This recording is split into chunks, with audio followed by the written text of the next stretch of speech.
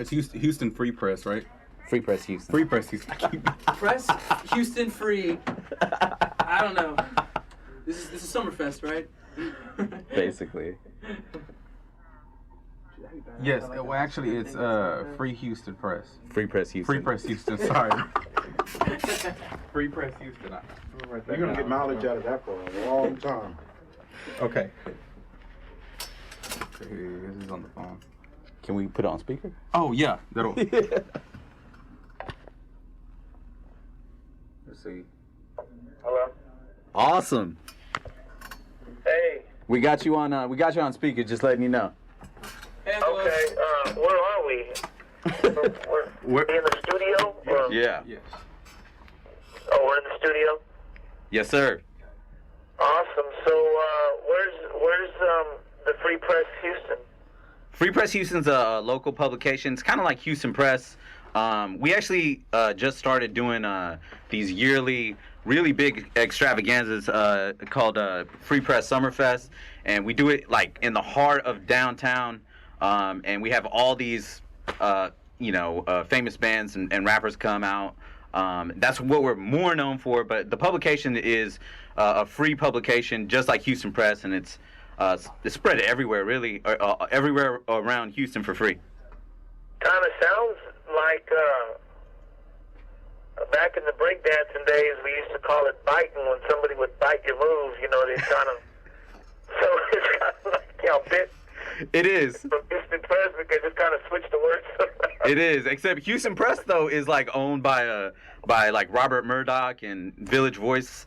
Although Houston Press is one of a number of different publications that come out that are in each major city, but it's really run by one corporation. We're locally centered. That's the difference. Oh, okay. Yeah. So that. So y'all are kind of new, I would think, no? Or... Since you've been away, we're new, definitely. But we've been around for at least, at this point, about a decade. Oh, wow. Yeah. So, and you're, I guess, what's your name, bro? I'm sorry. Nibu. And I'm Carlos, so you can just call me Carlos, or everybody just calls me Carlos. Definitely. So, Nibu, is that N-E-B-U? N-I-B-U, close. Oh, N-I-B-U. Okay, Nibu, I got you. It's just pronounced differently. It's a South Indian name. Oh, South India. Awesome. Yeah. Well, I guess you should take it from here. All right. Anything you want to ask me or anything you want to talk about. And I apologize on the mix-up of last week. I don't even think I knew that you were coming last week.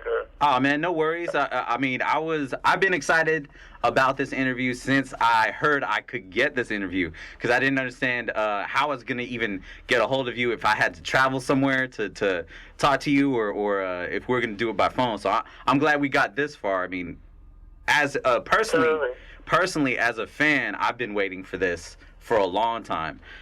So I guess the first thing I really want to talk about is this. You have a new album coming out.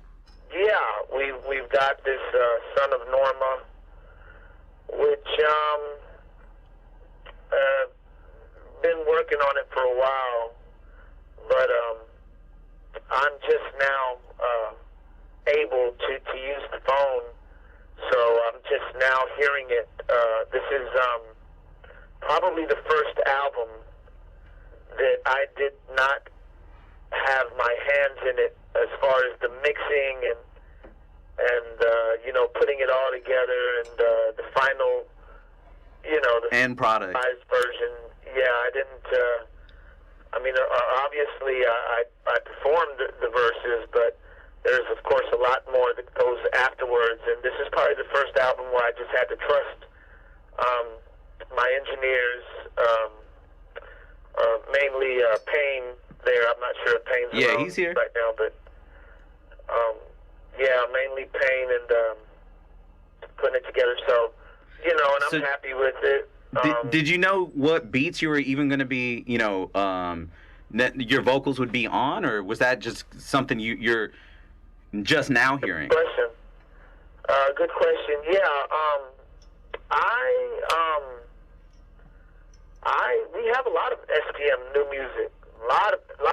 SPM New Music, and I mean, literally at least 5 really strong albums, and then probably a dozen other albums that we can do, as far as remixes and just little click songs and I mean, like I said, we have enough material for me not to ever walk into a studio for the next 15 years. Wow. But yeah, so we're pretty much cool on that. Now I'm starting to fiddle around with a lot of other stuff now, particularly films, and wanting to get into that whole thing, screenplay writing. But anyway, yeah, so I knew that this particular album I was not going to be able to hear stuff and work, and communicate well with my engineers. So I picked the songs that I felt I had pretty much delivered the very best from all the songs that would need the least amount of work, the songs that already had beats to them, and I knew that they were good beats, and the songs that I felt were the most complete, and that's how I chose the songs for the Sun. I have a lot of other great songs, but those songs were like done to like a click beat, right? Which is basically just a metronome. Metronome, just to keep me on time.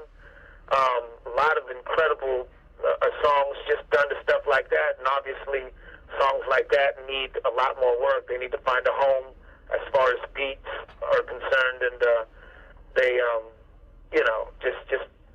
so there's no way that I could trust, others with making those decisions. So I chose 17 songs that I knew were already dope, that I just needed to trust guys to put the puzzle together and mix and master. Was there a theme to how you picked them, like as far as lyrically, like, because I mean, if the album's entitled "Son of Norma," I really feel like this album, and I haven't heard any of it, by the way. I really feel this album is going to be about your life. So was there a central theme, or were you just picking the songs that? Yeah, to be honest with you, there was a theme. One sort of, I guess you could call it a theme, is the fact that it is all SPM, the very first album, where, well, hold on, I gotta take that back.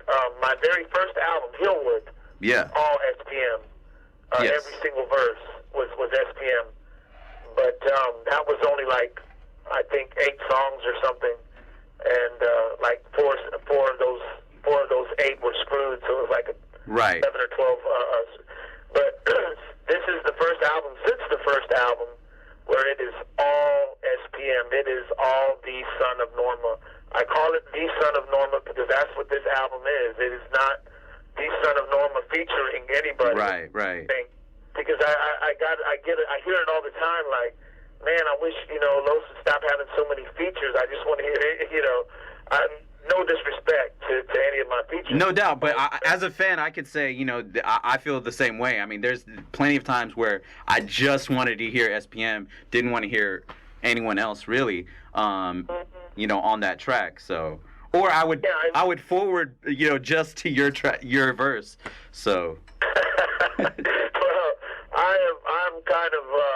I'm kind of real adamant about making sure that everything on my albums is dope. So I won't name any particular verses, but almost all the verses on SPM albums were written by me, whether they were performed by me or not. So at least you get most of them are my writing.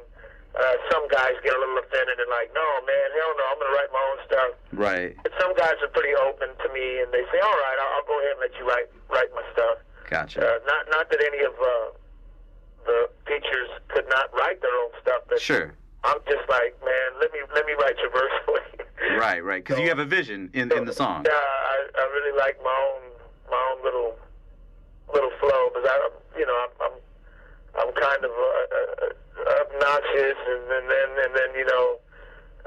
just kind of hit you with little surprise punches, and you have your own flavor. Yeah, I just trust my writing a little bit more, but but yeah, it does have a theme.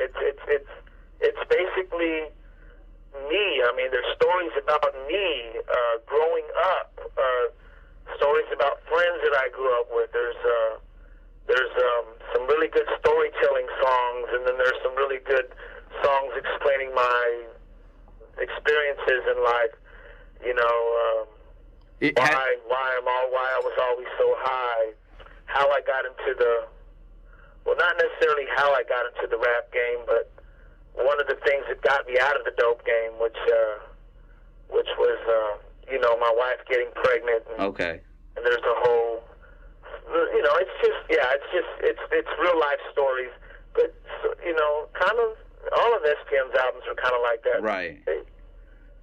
Yeah, I would say that's the theme, just all you. Type stories, experience. The theme, I guess, would be real experiences. Okay. So, and I noticed you titled it "Son of Norma." Is your mom still alive? Yeah. Okay. Yeah, she's still alive, and her mom is still alive. Oh wow. Yeah. Does she? I mean, has she seen the cover? With her on there? Yeah, she hates that shirt. She's like, I can't believe I was wearing that shirt, and y'all are using this picture. How does she feel? It's one of them old housewife shirts, I guess. Right. How has she been since you've been, locked up? Like how has your family dealt with you having been so? Everybody's pretty much. Everybody's pretty much loving the fact that I was able to collect my marbles when I was free. I was just out of control. Mm-hmm. I spent no time with my family. I had to be out. My life was basically, I guess the best way to describe my life would be butt naked in some hotel, walking around with a blunt in my mouth. That's pretty much what my life was defined. I just lived in hotels. I didn't feel comfortable around Happy. I wasn't happy with Happy. I was I just had to be with the thugs and the broads that knew how to do tricks in the bed, and just couldn't be around, I guess, good people. I had to live in the rain. I didn't sleep well unless I slept in the rain. Mm. And so, my mom feels like she has her son back. She's here every other weekend, and then my kids and my wife are here every other weekend, and then we find a way to bring Payne and Blaine or some of my engineers or my nephew or my dad. My dad comes with my mom, or if anything, all my relationships with family have just strengthened. Right. I said I couldn't hang out. Everybody, Thanksgiving, Christmas, everybody playing board games and having fun, and I'm just needing to get the hell out of there. I need to hop in the car, go find me somebody to light, to blaze up with, and to crack open a 40 with and just start kicking up dust. I actually have a song called "Addicted to Storms" on this album, and I guess you can say I was addicted to storms. But I've since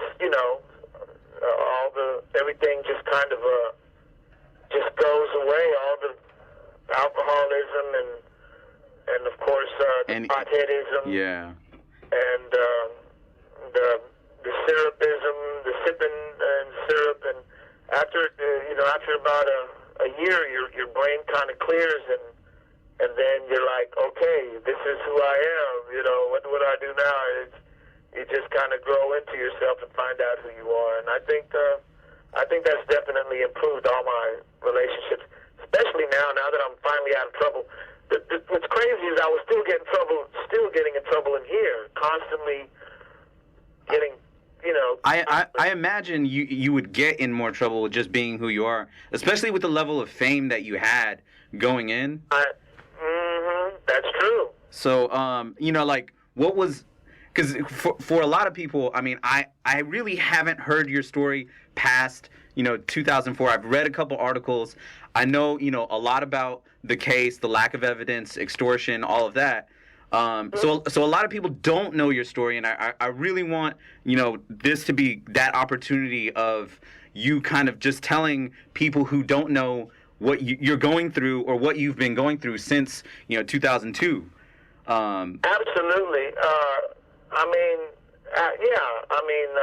We trust in our justice system. We definitely have the best justice system on earth. But it does fail us at times, and because of course nothing is perfect in this world. And a lot of people, that just like myself, have a little too much faith in the system, and it does make mistakes. And I'm definitely far from the man that the state of Texas has convinced a lot of people of. I'm actually coming out with a documentary that we're working on right now. Actually, I'm just not working on it as far as actual production, but I'm finishing up the script for I guess I can say the screenplay, because the documentary is based on facts. It's going to have all the court transcripts in there, but it's also going to have a reenactment of everything that went on in trial, and it's going to answer every single question that's ever been posed about my trial. Why would this happen? Why would they do that to you? Why would a little girl say something like that? I mean, all these questions that bring so much doubt in people's minds. Every single thing about even the other charges that were brought up during my punishment phase. Sure. This documentary is going to cover every single thing using strictly court transcripts, so people can see exactly what was said and done in trial. That is going to be a very, very eye-opening thing. My biggest enemy is You lazy. have 1 minute left.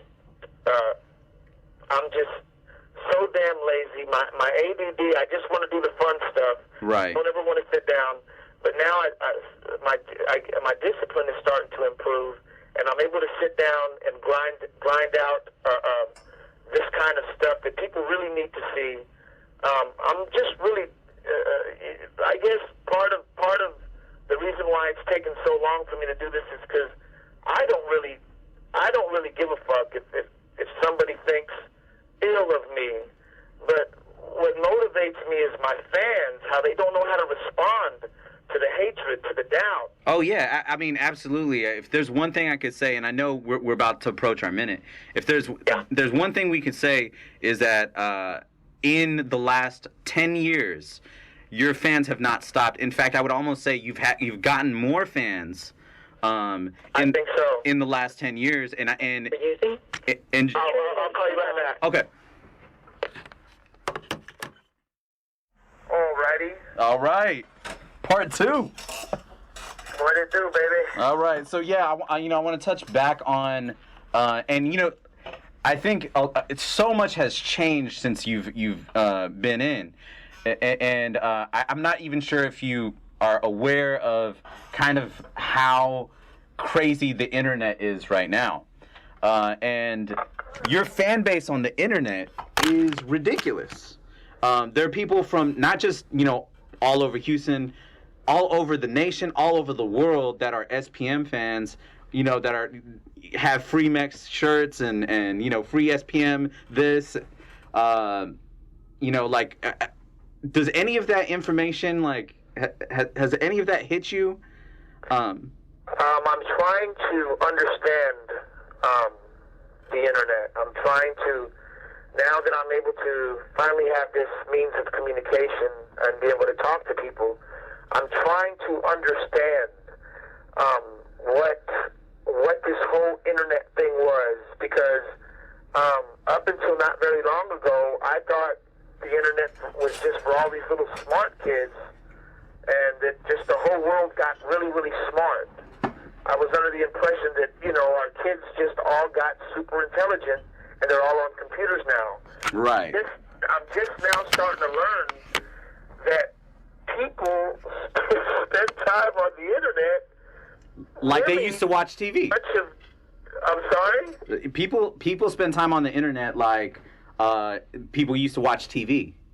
Exactly, doing a bunch of Nathan-ass stuff, just wanting to talk about stuff. It's just somebody's house, you talk about anything, and it doesn't even have to be anything important. Up until not very long ago, I thought everybody was doing important shit on there, and it's not.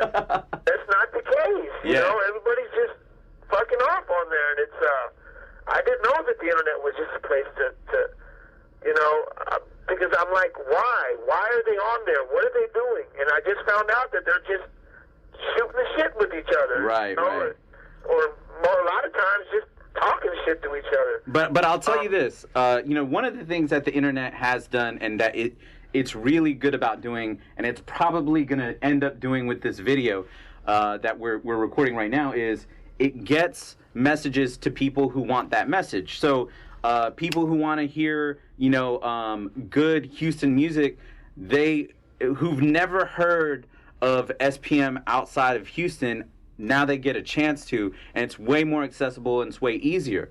So you have, instead of, people waiting for the Oh My video to come on BET, they can access that video at any time, and they can even access it on their phone.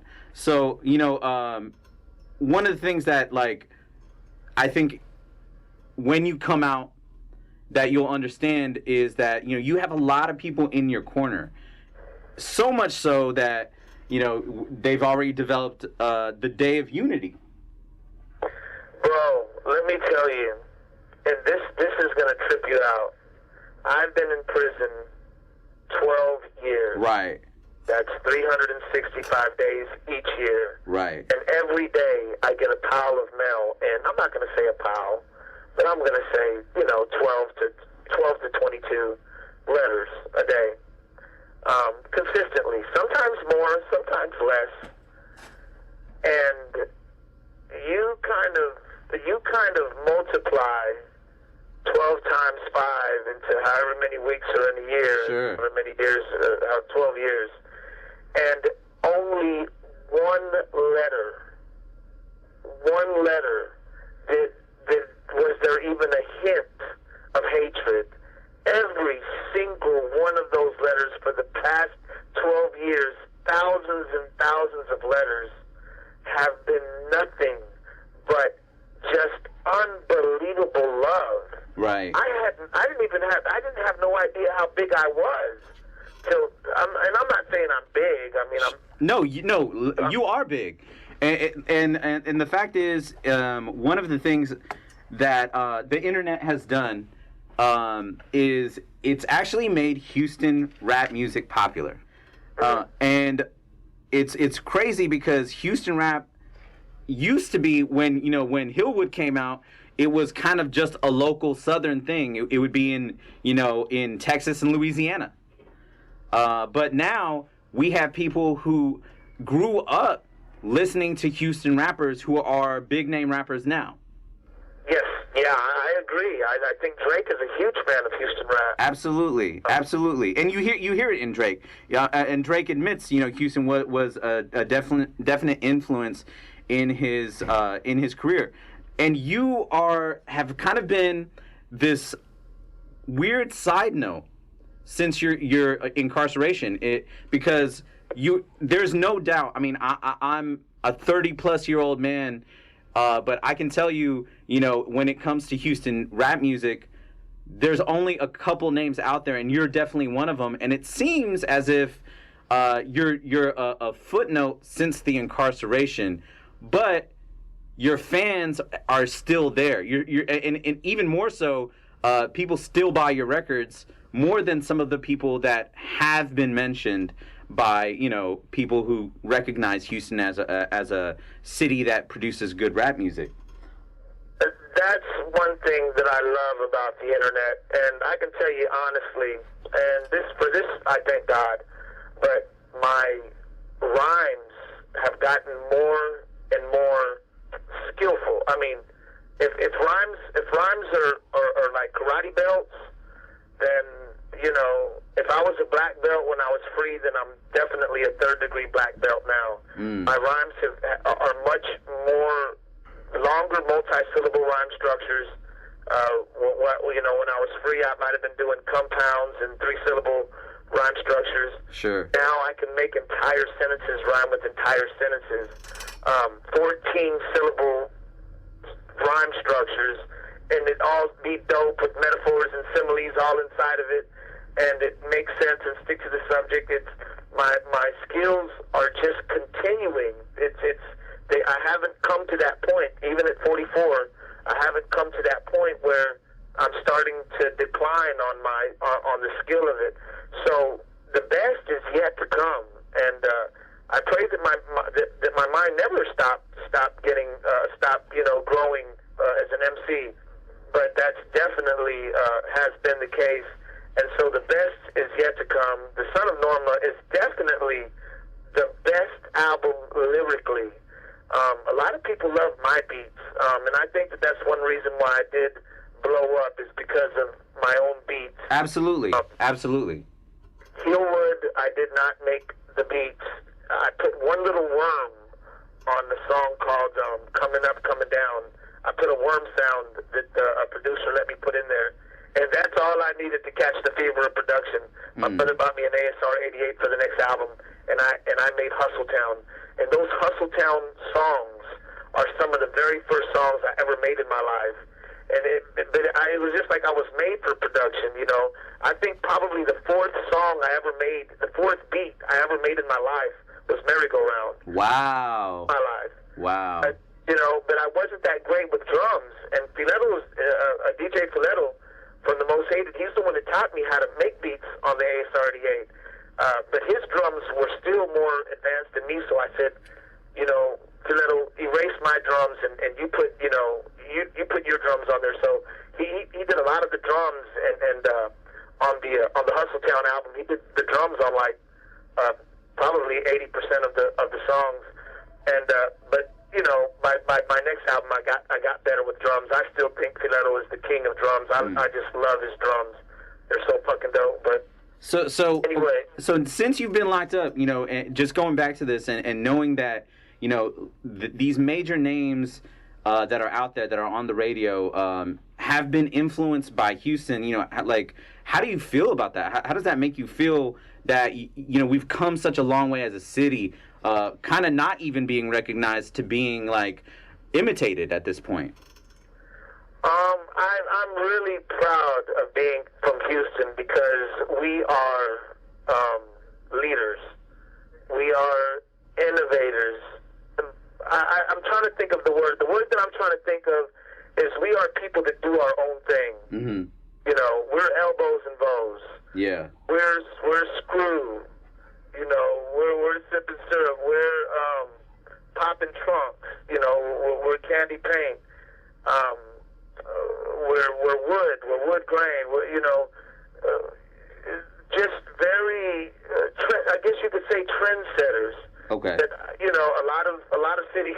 You know, I mean, I meet people all the time that say, "Man, what the hell is this elbow and bows thing? Those things look horrible." I'm like, "You're crazy," you know? Yeah, yeah. You know, even elbows and bows on a Corvette or a damn truck, they make everything look good.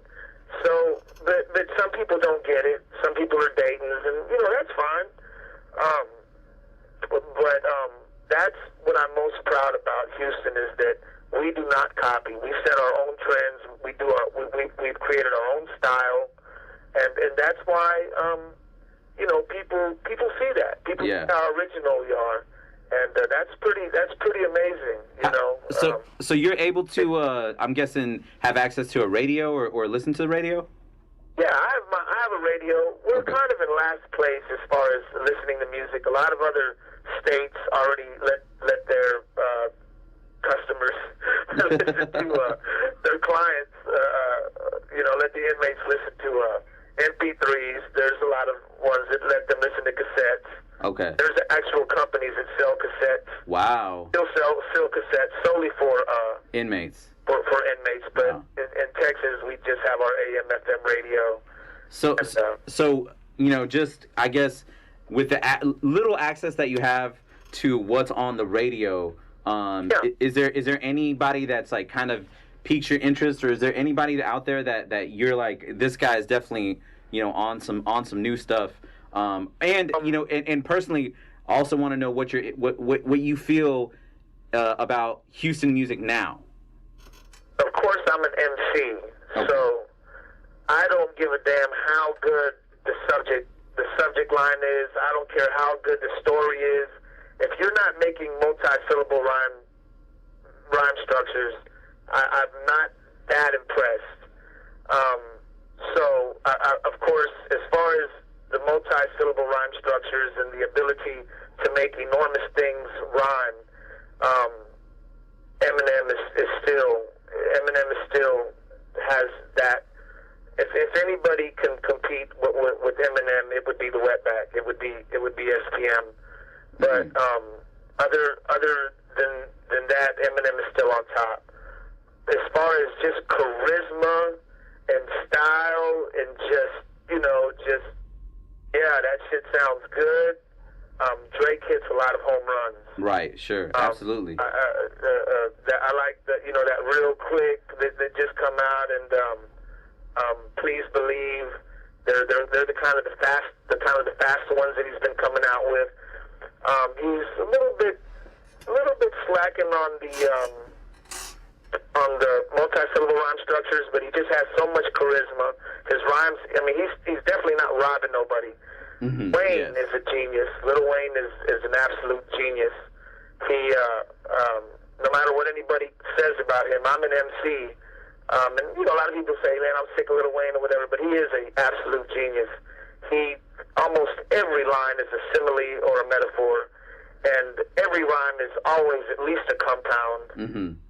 At least a compound rhyming with a compound. It's never a one syllable rhyming with a one syllable, unless he just has an outrageous simile or metaphor that you don't even need to worry about a compound. But he definitely does not rob the people.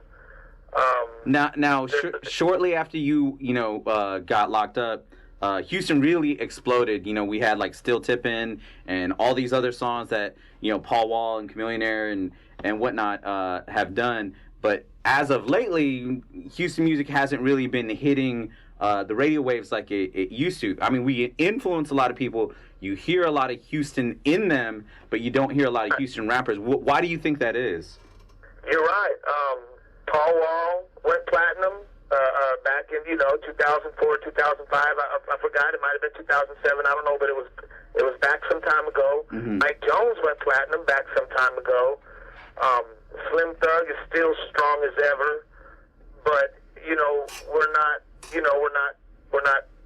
selling like we used to, and I think the world just kind of fell in love with us, and it was more of an infatuation than it was a real love. And so infatuations are usually temporary. It's kind of that kind of deal where it goes up and down, up and down.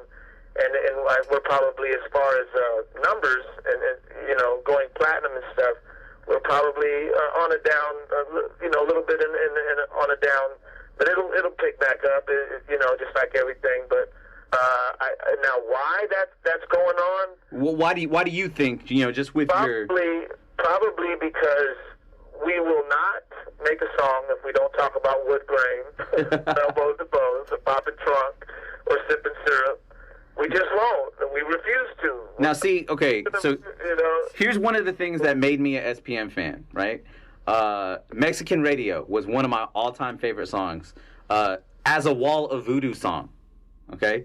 Right. And so the fact that you took this old 80s, song and sampled it in a way, because people were sampling stuff, sure, but they weren't sampling Wall of Voodoo, The fact that you went to that place and you grabbed this song and you used it in such a clever way, that was always one of my things that made me such a big SPM fan, and I think that's one of the things that makes you different from all the other Houston artists out there. When we talk about Houston artists, they do almost always talk about the same things, but I can literally go down through your catalog and you're quoting Tom Petty here, or you know what I'm saying? Like there were things that you said that weren't necessarily what a rapper would say. And where do you think, where does that come from? Like to me, the funniest thing about SPM, South Park Mexican, like when I used to go to South Park, there weren't a lot of Mexicans. No, yeah. You know, so like I thought it was such an appropriate name, like Yeah, well, every time because I used to hang out at a club called Boomerang, and I remember the first time I told Matt Hatter, because, you know, I would hang around at Boomerang because 97.9 was there. Right. And I would get on the radio while they were, hey, we're live at Boomerang, and, we have somebody here that wants to say what's up. What's up, dude? What's going on? Hey, what's up, man? South Park Mexican here, man. Y'all guys come check out Boomerang, man. And I remember he said, well, what's your name? I said, I'm the South Park Mexican. And he just started busting out laughing, you know, because it's a hilarious name. Yeah, it is. You know, it's basically saying, you know, I'm the only damn Mexican in South Park, but of course now Mexicans are like invading. Right, they're everywhere. All territories. Yeah. They're coming in with their roosters and their loud music at 6 in the morning, working on their trucks, and people are starting to move out. There's actually entire streets. When you go through South Park, you won't see a Mexican, and then you go down one street, and the entire street is nothing but Mexicans. I mean, we're just taking it street at a time, one street at a time. Wow. You have 1 minute left. Back when I was, you know, back in the 80s, and when I was out there, I was literally the only Mexican male in my entire school. Wow. That was at Woodson Middle School, and Scarface was there with me too. Cornell X, the Quam X. Yes, yeah. He was there. His older brother, Quincy Evans. Of course, that's Cornell's real last name, Evans. Yeah. And Scarface, Brad was there. I used to watch Brad, a little 7th grade kid, rapping every single day. He used to have a little crowd around him. I was like the best breakdancer in the school, so that was what I was good for.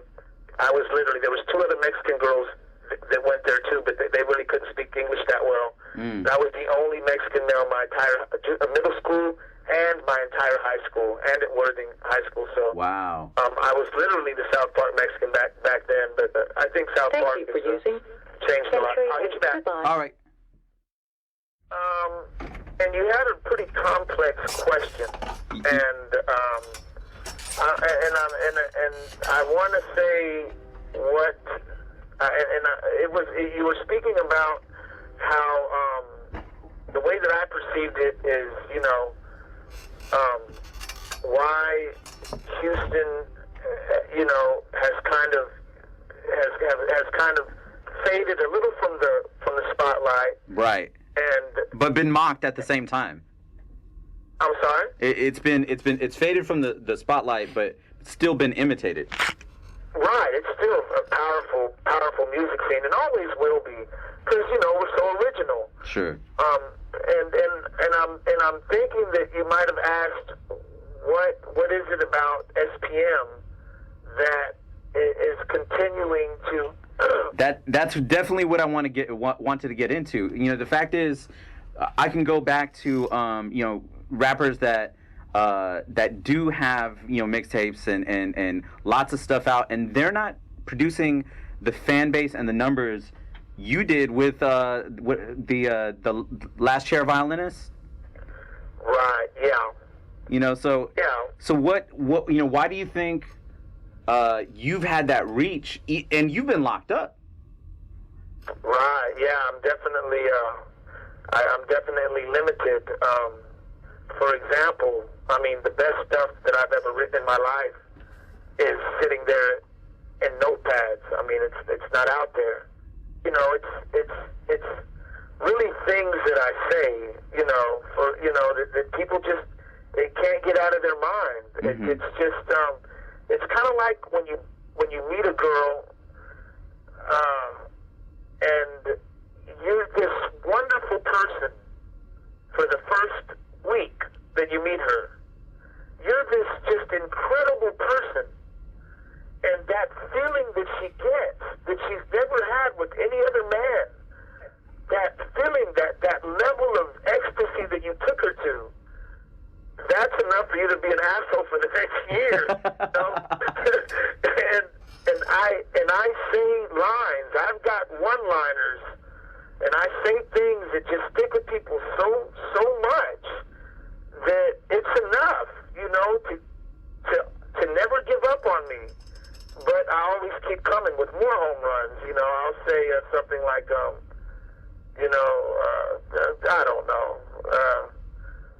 gotten more fans than a house with no AC. Yeah, I'm paying my rent over here. So, I know. I was talking to the sergeant. He was like, "Are we gonna just move your bed over here to the phone? Because I'm on the phone like 8 hours a day." I said, "I'm paying my own bills here, man. What are you talking about? It's phone bill." But anyway, I know in Harris County, or I know I saw an interview where they said they actually took plastic and made a sound booth for you. When you were, this is a while ago. Yeah. I was in the county, and I would keep asking the guys to turn down the television because I was about to, lay some stuff down on the phone. I had a group, actually. I formed a group there in the county. It was like about 9 of us. It was always an ever-changing group, though. Mm-hmm. Because new county boys would come in. That's the name of the group, County Boys. New county boys would come in while others would get shipped out to prison. So it was always an ever-changing group. There was always about 9 of us at one time. And anyway, we were doing an album called The County Boys, which is actually the next album we're probably going to drop. Oh, wow. Dopehouse. And it's just a magical album. It shows a point in time.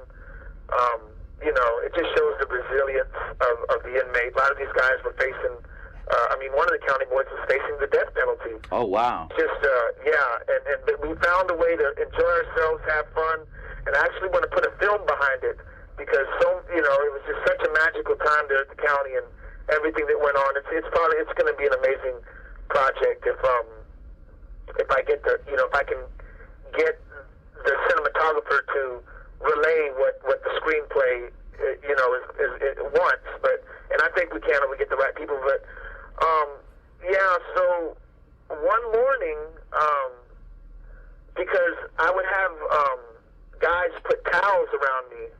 I would have like 3 guys have towels around me while I was flowing, and to kind of keep the echo out of the room thing. And then one morning I woke up. You see, the Mexican guys, there's a lot of guys there from Mexico. There was like probably about 8 of them. Okay. And they were all, they didn't speak English and stuff. But I would let them call. I would use, 3-way over there and let them make some phone calls to their house because they didn't have nobody and stuff. So I'd help them out a little bit. Not much at all. Maybe a call or 2 a week, but it meant everything to them. Sure. To be able to have that for them. And you can take these plastic bags that they give us for trash, and they have a way of spinning them and making them into rope, into plastic rope. And the payphone was under the stairs, so they made all this plastic rope with the trash bags, and had rope going from the staircase to the shower, from the phone back to the staircase to the nozzle in the shower. Wow. Little pieces and stuff, and they had all this rope running everywhere, and then they laid wool blankets all over and it made a vocal booth of wool. Wow. They give you these thick wool blankets in the county, and it was cold in the county because the AC is running. But that soundproof room that they made was so good that you would literally sweat when you went in there. Wow. That's how good it was, how they made it. And during the day, they would set my vocal booth up because I was literally on the phone from like 8 in the morning till like 10 at night. My phone bill was between $500 and $5,500 a month, and I was there for 3 months. So we got a lot of things going. But yeah, they cut my mom's phone off just after 2 weeks. They told her, my mom said, it hasn't even been a month. The first month that I was calling. Yeah. And she said, ma'am, you're already at 2,700. We can't let you go anymore. And she said, it hasn't even been a month yet. She said, they said, I'm sorry, you're gonna have to pay for these first 2 weeks and everything. But anyway, so that's just how much I was using the phone. And it was just incredible, an incredible experience. And, we were doing shows. And, of course, you have your, and everywhere you go, you always have your resistance. You always have your... Yeah, I was going to, I wanted to touch on that because I can only imagine like how much they would allow you to do. Man, everybody loved me. Even the sheriffs over there, the people that ran the county. I mean, they would call me out. They would call me out of the pod so that I can go to their little station where they look at everybody. They would give me, barbacoa tacos, and or one day they would give me Whataburger, or I would just love. Nurses would come. When you first got there, I'm sure lots of people recognized you. And when you first got incarcerated, I'm sure lots of people knew who you were, knew the situation.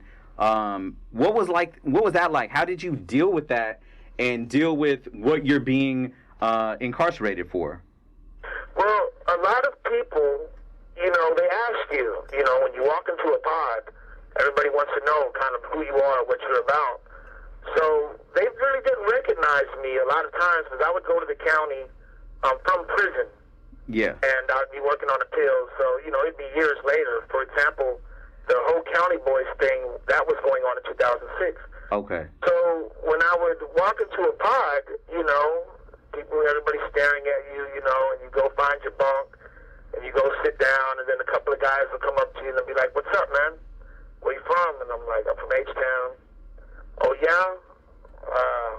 What are you here for?" And I always just say the same thing. I just say, "Do you know who SPM is?" And they'd be like, yeah, we know SPM. I said, "Yeah, that's me." "Oh," and that's all I have to say. And they're like, "Oh, dude, yeah, man, that's some fucked up shit, man. Dog, we're on your side." And then the whole atmosphere will change. But I'm telling you, not only have I been in prison for 12 years with nothing but love and letters, I have not one person has ever came to me the wrong way. Mm-hmm. When I say person, I mean reasonable person. Sure. Because there is a lot of psychologically challenged people. The state of Texas doesn't really have an answer for people that aren't all there. Right. A lot of them, they send them to prison. There's no facilities for them. So prison is the answer. So I have ran into people who have accused me of stealing their mail, or they might, paranoid schizophrenic people, and so I've had some problems with a few, psych patients, where I say, well, bro, really, when we get an opportunity to dance, we'll just dance, because I already, you're just one fucking good slap away from acting right. Mm. Right now you're acting up, but I promise, you're just one good fucking smack away from acting right. So maybe we can get an opportunity to dance, and we'll find out, what it's all about. And sometimes I kind of, but everybody who's had, mostly everybody has their head on straight, and it's been nothing but love. All I do is sign autographs all fucking day. I could only imagine. What's funny is I can imagine that's from all races. Oh, absolutely. I have many white fans, and of course I'm from an all-black neighborhood, so all the black people just love me. I mean, I talk. When I talk, I say the word nigga. That's how I talk. Yeah, that's my nigga, man. I love that boy, whatever. Everybody knows it, and the one thing, you do have your confirmed, gang members and guys like that you'll run into, and of course, it's kind of racial in prison. Yeah, I was gonna say, if there's anything, and I used to live in Huntsville, and so I'm very familiar with being in a prison town. And all my friends were guards, and I do know there's a very segregated society. And Houston is one of the few places where our rap community isn't as segregated as it is in, let's say, the West Coast. Oh yeah. What is the experience for SPM? In prison, because you have black fans, you have white fans, you have Mexican fans. Can they come up to you? I honestly think you can thank SPM for. I honestly think you can thank SPM for the sense should say, the sense of color blindness in H-Town. Because, you know, I didn't start saying nigga because I didn't start saying nigga because I wanted to be like anybody. I started saying nigga because it just naturally came out. I mean, that's just what happens when you're in an all black school, man, and you know, and that's how everybody talks. Right, right. It just hits you one day, you know, and I'm on the phone and I'm like, damn, my nigga, yeah, that motherfucking bitch is fine. And then my mom will say, you know, my mom will come up and she'll be like, what did you just say? And then she'll start, you know, my mom was pretty mad, but I'm like, Mom, I'm the only fucking Mexican in the hood. I mean, look, I'm only talking, this is me. I'm not trying to be, oh yeah, you're not even who you are. And I'm like, this is who I am, man. Goddamn, look where you got me. You're the one, you know, you're the one that moved out here, you know, because we battled in a trailer park at the corner of South Park. Wow. Actually, in my little trailer park, it was nothing but Mexicans from Mexico. Oh, wow. I mean, when you walk into the neighborhood, it's an all-black neighborhood. Right, right. But, you know, have you ever gone to, like, an all-black neighborhood and gone to the supermarket? Absolutely. But you still see in the back, in the meat department, there's nothing but Mexicans working back there? Right, right, right. Okay, those are the Mexicans that lived in my trailer park. those are the ones. All those guys worked at grocery stores and stuff. But anyway, so yeah, and of course, when I come out with Hillwood, you know, that's, you know, you're talking 1994. Right. You know, this is back before, you know, and I'm nigga this and nigga that, and so we all, you know, took in, that word is not meaning a black person. Right. You something that only black people say. Right. Of course, we know that it just means dude or whatever. You can even call you gal, you know. Nigga, you tripping, you know. Yeah. But we all know that, and so that sense of, I mean, Houston is like one of the only cities that does that. Right, and I was gonna say, you know, you touch on DJ Falero from Most Hated. Most Hated was one of those first groups that had blacks and Mexicans. Right. Yeah, they had the one black member, Lord Loco. Right. But they also had other you know, members that weren't exactly in the group, but were affiliated. Closely affiliated. Yeah. That were black, and of course, you know, I mean, I'm from Hillwood. I mean, me and all my brothers, you know, but that's one thing that if I regret anything about my career, I regret that I didn't involve my hood, Hillwood, in what I was doing. I regret that I didn't walk into a car show with my hood, that I didn't do my videos in my hood, that I didn't show my family, not because of anything, you know, derogatory. I was just busy, you know, the Dope House was in downtown, and of course, right, being South Park Mexican, and you know, of course, all my Mexican homeboys, because I didn't move to South Park till the 7th grade. I'm from an all Mexican neighborhood, you know, in Southeast, off of Dixie Drive, and then I moved. My mom bought a trailer park, and we moved to South Park, or really Sunnyside, is right, the name of the hood. But I wish, you know, I would have showed the world with my family, you know. I mean, I sit down on the couch, and my friend's mom sits right next to me and puts her arm around me, you know. This black woman that I'm like a son to, you know, and she's known me all through junior high and high school and everything else. And you know, they cook for us and feed us, and you know, all my friends' moms all love me in Hillwood, and you know, I'm like, you know, of course, you know, everybody knows me. Well, I die for them, they die for me. We're a family. But I did not do that. I mean, when you look at my videos, when you see, you know, my concerts, my hood is not there. And I guess my boys really didn't want to hang out with me. They didn't want to go to the clubs with me. I guess they were a little bit tripped out, you know, that Mexican Carlos, That's what they call me in the hood, Mexican Carlos, because we had two other Carloses in my hood.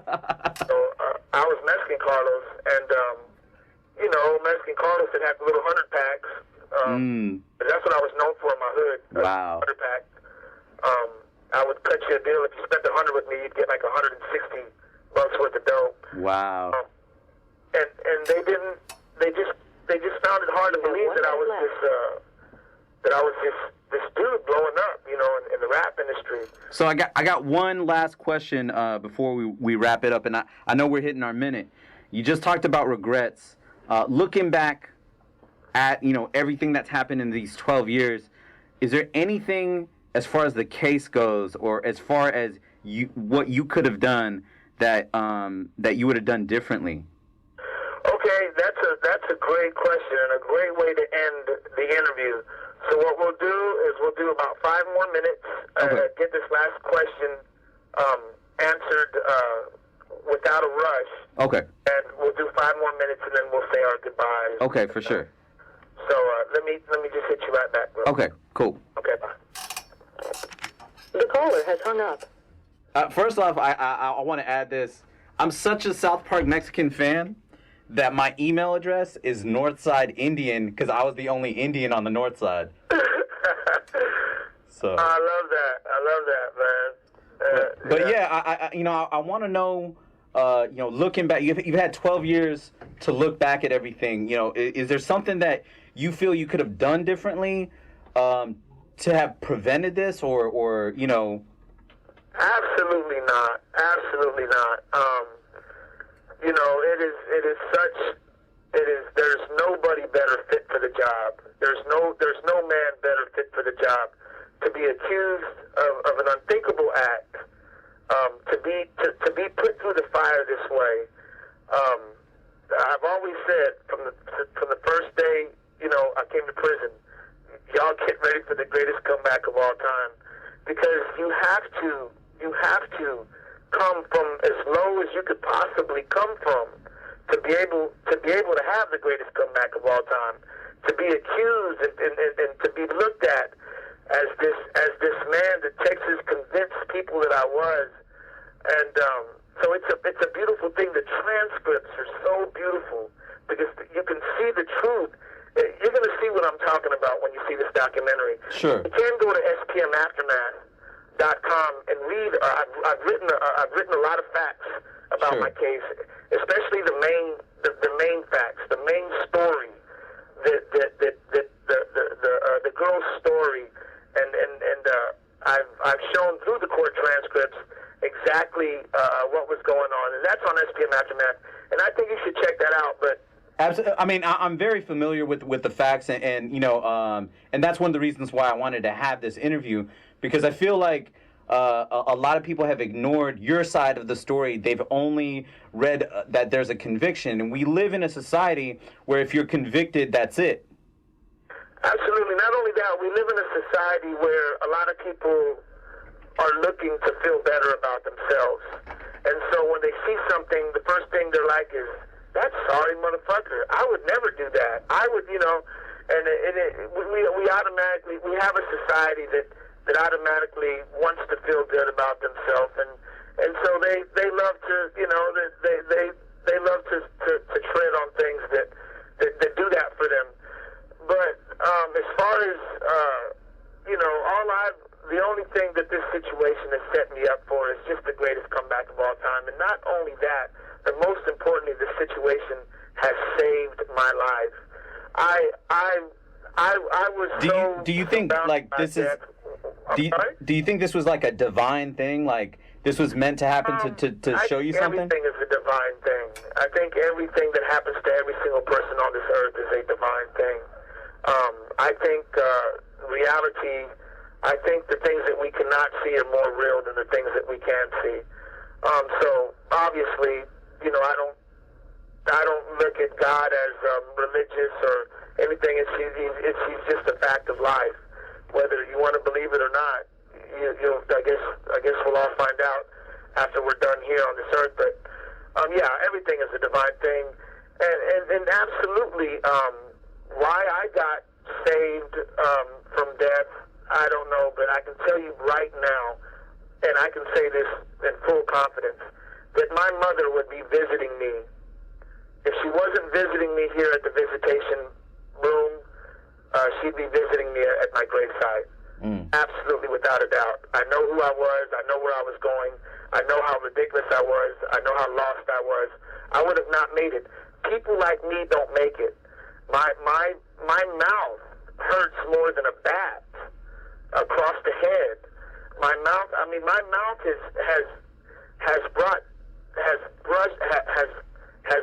death has brushed by me so many times just because of my mouth. It's as sharp as a fucking razor. I can make people feel great, or I can make people feel like they want to kill me. And unfortunately, I was always doing the latter. And so, you know, that's just the life of Carlos Coy, man. I have been constantly, you know, the most hated and the most loved. Now, because of my rap music, I'm the most loved. If it wasn't for rap, I would just be the most hated. Right. Because I was just a complete asshole. And then, of course, like I said, I was addicted to storms. Because I was raised in Vietnam, I had to live in Vietnam. And you just don't make it. You know, when you're a deer and you have the most antlers and all you want to do is participate in war, you're not going to last that long. They're gonna not, you know, they're gonna knock you down. You got too many antlers, and I would not be alive today. I was so surrounded by death when I was free that I literally smelled like death. I even thought I was dying of AIDS. I thought I was gonna die anyway. I'm not in prison. I didn't have AIDS, which was probably the most greatest day of my life. I had utterly convinced myself that I had AIDS in the world. Wow. I thought that I had killed I thought my children had it. I thought my wife had it. It's crazy, you know. I literally bought a gun for the day that I would be too disoriented to be able to live anymore. I was not going to let my wife and kids suffer. And I literally had a gun for the day that I could not, you know, where I came too disoriented to be able to go on, just to take everybody out. Of course, I would have got tested for sure to make extra sure, but there was nobody in the world that could convince me I didn't have it. I had every symptom in the world. It was just, it's crazy. The mind and Satan and everything, they're very powerful. They're very, very powerful. But anyway, absolutely not. Everything that I've been through every experience that I've been through, especially in prison, getting to know these people, talking to the inmates, finding out what brought them here.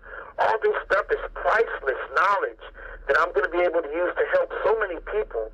I'm like Dr. Felipe in here, man. Every new person I meet, I want to know their story. I want to know what happened, why, and you know, how they felt and what brought them to do it, and how they were raised. You know, of course, the first 5-6 years of our life, from the day we come out of the womb to we're about 5 or 6 years old, are probably the most important years of our life. Yeah. All psychologists and psychiatrists agree that the very first year of life, the first 12 months that you're on this earth, your brain absorbs more data. It absorbs more information than any other year in your whole entire life will absorb. And by the time you're 5 to 6 years old, they argue between the ages of 5 and 6, but somewhere between 5 and 6, you are made. You are basically who you are. You are a raging river going one direction, and it's almost impossible to change the direction of that river, of who you are. And so really a lot of us are self-destructive and make bad choices. We don't really understand why our heart feels more comfortable in pain. We don't understand why we always got to fuck up a good thing. But it's literally because we're instinctively prone and addicted and don't feel comfortable unless we are in our own definition of normal. Everybody has their own definition of normal, and we just do not feel comfortable unless we are living in our definition of normal. And some people have very chaotic definitions of normal, very chaotic, and so it leads them here and stuff, and you know, that is my ultimate quest in life. That's always been my dream, even when I was free, to help people. And Oh, I mean, absolutely. You know, it's without a doubt within these last 12 years you've been locked up that that your music has still touched people. You know, even with you being locked up, and you know, it's actually inspiring to hear you talk with such positivity, knowing the injustices surrounding your case, knowing you know, kind of where you came from, and you know, like how much time you have left, you know, to serve. Hey, bro, you mark my words, and I'm not just saying this, but one day you're going to turn around and I'm going to be in your face. I'm going to be in your face, in person. It's not going to be long. I mean, whenever it's my time, God always does me like that. Right when I just can't take it no more, you know, the thing changes. He gets me out of it. But I always stay cool. I always stay patient. I always stay positive. He knows that perfect time, and I honestly, I can feel it. It's coming soon. These doors are going to open.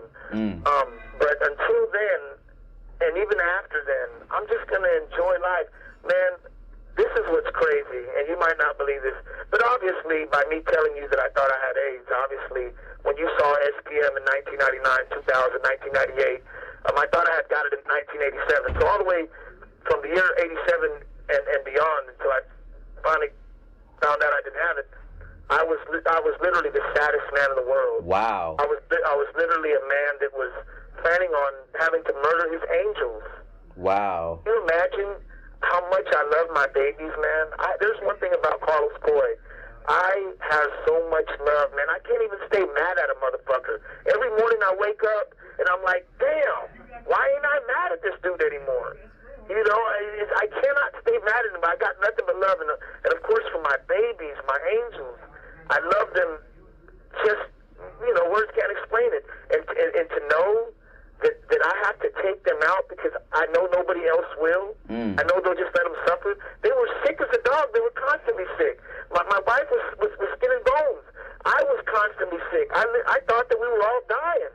Wow. I would have never pulled that trigger until I knew for sure. So don't think I was gonna. No, I understand. But it's you know, it's amazing because, you know, there's so much positivity around this day of unity.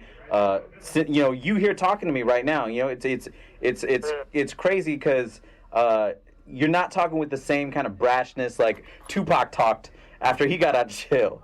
You know, with the there's not a lot of that hatred in the following. You know, I guess the upcoming SPM albums are we going to hear a lot of that new SPM? That the son of Norma is really coming out? It's still, you know, it's positive, but, you know, it's like, you know, I'm sorry that my music ain't for people to dance to. Back, grab your Bible. Let's please go to Matthew. Nah, I'm not a preacher, but I'm guessing you know that. I do give advice like you're too young to smoke crack. No, really, I'm serious. You'll fucking crave it all day. I got a friend that sells his ass and he ain't even gay. But I won't say his name. I know that Brad is embarrassed. He's addicted to rocks and I feel bad for his parents. And I know that I'm lost. But see, I've been through a lot. So try to listen every time that SPM do a talk. Good grades, you know, good grades make you beautiful. Of course, I'm being positive. But I'll throw in, like I said, an obnoxious, you know, simile and say, you know, I got a friend that sells his ass and he ain't even gay. You know, Yeah. I'm throwing something that's I gotcha. gangster, but so, you know, that's the way I'll be. I'm not just going to preach without being a little bit obnoxious because, That's who you know, you are. you don't want to scare nobody off or anything. Yeah. Well, man, I definitely want to appreciate. I definitely wanted to let you know I appreciate everything. I'm a huge fan. I'm gonna try and make it out for the day of Unity if I don't have work. But you know, much love for you know, kind of helping me out. You know, to actually do this interview, and I know I'll be waiting for you when you come out, bro. Well, brother, I can hear the love in your voice, and that definitely, you know, that definitely just opened up my heart to you, and just, you know, because, you know, everybody, you know, we're all different animals, and I believe that, whatever animal me and you are, I believe that we're the same animal. There's a lot of love in your heart, and I can, I caught that right off the bat, and it was a real pleasure. And I hope that you got a good interview out of it. You had some great questions, and yeah, we'll keep in touch. Hopefully, I'll give you a holler on the Day of Unity, bro. Oh yeah, for sure. I definitely want to keep in touch, man. Take care. All right, Nibu, be good. All right, peace.